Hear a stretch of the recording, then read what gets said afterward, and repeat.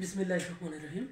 আসসালামু আলাইকুম প্রিয় শিক্ষার্থী বন্ধুরা, গত পর্বে আমার একটা কমেন্টে রিকোয়েস্ট ছিল যে ভাইয়া তাপ-উৎপত্তি বিক্রিয়া একটু আলোচনা করবো। তাই আমি আজকে ওই কমেন্টের রিকোয়েস্টের কারণে আমি আজকে তাপ-উৎপত্তি বিক্রিয়া আলোচনা করব।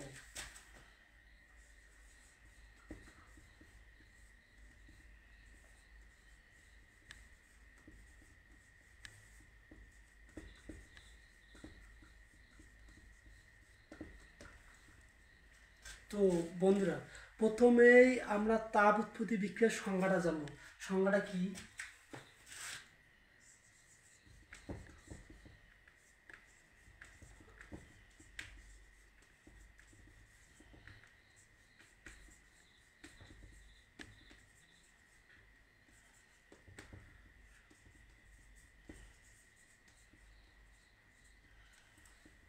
অর্থাৎ যে সকল বিক্রিয়ায় তাপ উৎপন্ন হয় তাকে তাপ-উৎপত্তি বিক্রিয়া বলে।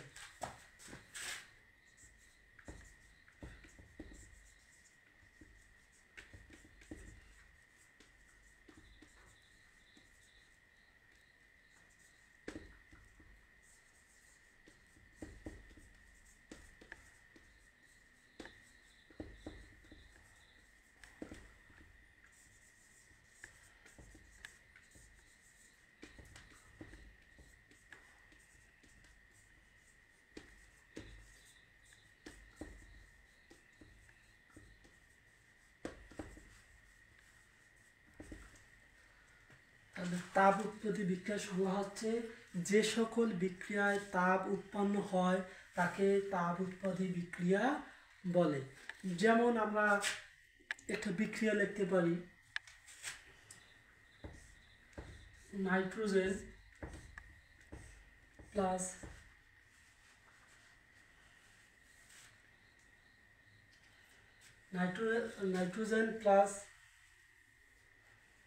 Nitrogen plus hydrogen. So nitrogen plus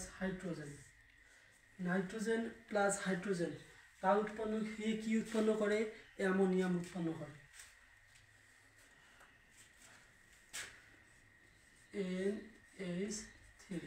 NH3 হ্যাঁ, নাইট্রোজেন এবং হাইড্রোজেন একত্রে হয়ে কি অ্যামোনিয়াম উৎপন্ন করে। এই অ্যামোনিয়াম উৎপন্নের পর আর একটা জিনিস উৎপন্ন করে, সেটা হচ্ছে তাপ উৎপন্ন করে। কি উৎপন্ন করে? তাপ উৎপন্ন করে।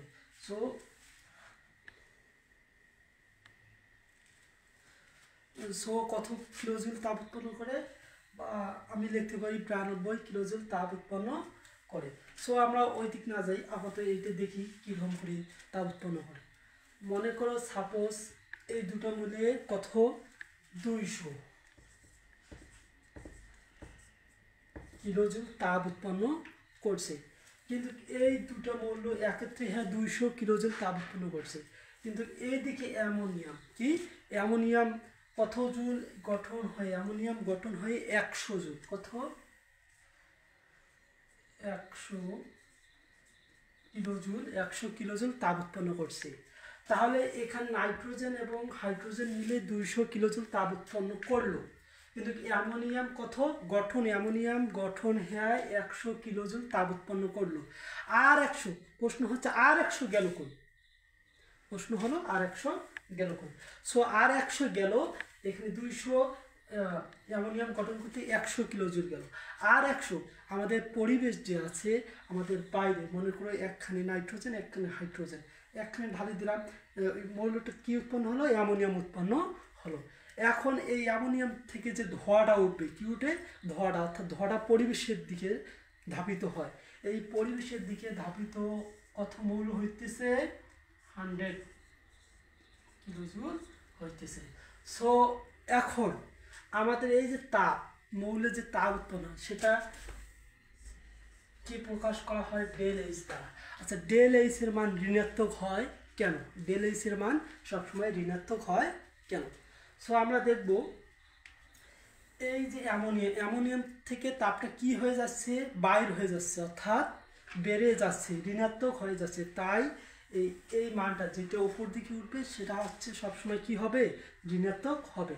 তাই ডেল এইচ এর মান সবসময় কি হয়? ঋণাত্মক হয়। সো লেখার ক্ষেত্রে আমরা যদি মৌলের সাথে লিখতে যাই, মৌলের সাথে ডেল এইচ এর মানটা লিখতে যাই, তাহলে অবশ্যই কি দিয়ে লিখতে হবে, প্লাস দিয়ে লিখতে হবে।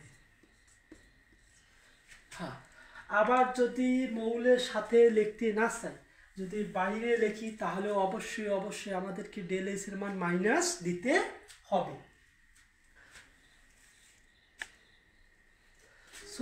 সো দেখে নেই, আমাদের যদি বাইরে লিখতে চাই, মনে করো N2 নাইট্রোজেন প্লাস হাইড্রোজেন, কি উৎপন্ন হবে,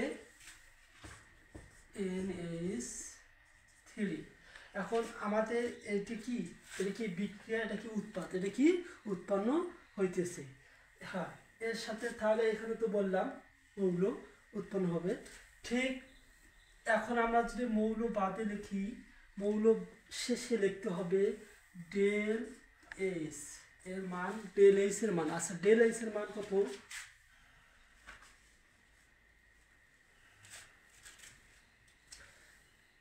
-9(2)A।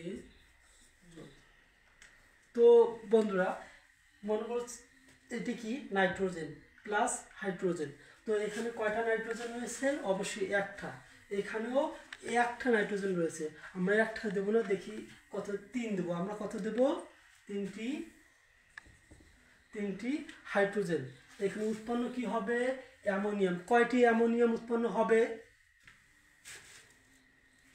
আমাদের 2টি অ্যামোনিয়াম উৎপন্ন হবে। হ্যাঁ, এখানেও ঠিক ওই একই রকম, এখানে মৌল কয়টা, একটা। এখানে হাইড্রোজেনের কয়টা মৌল, অবশ্যই 3টা মৌল।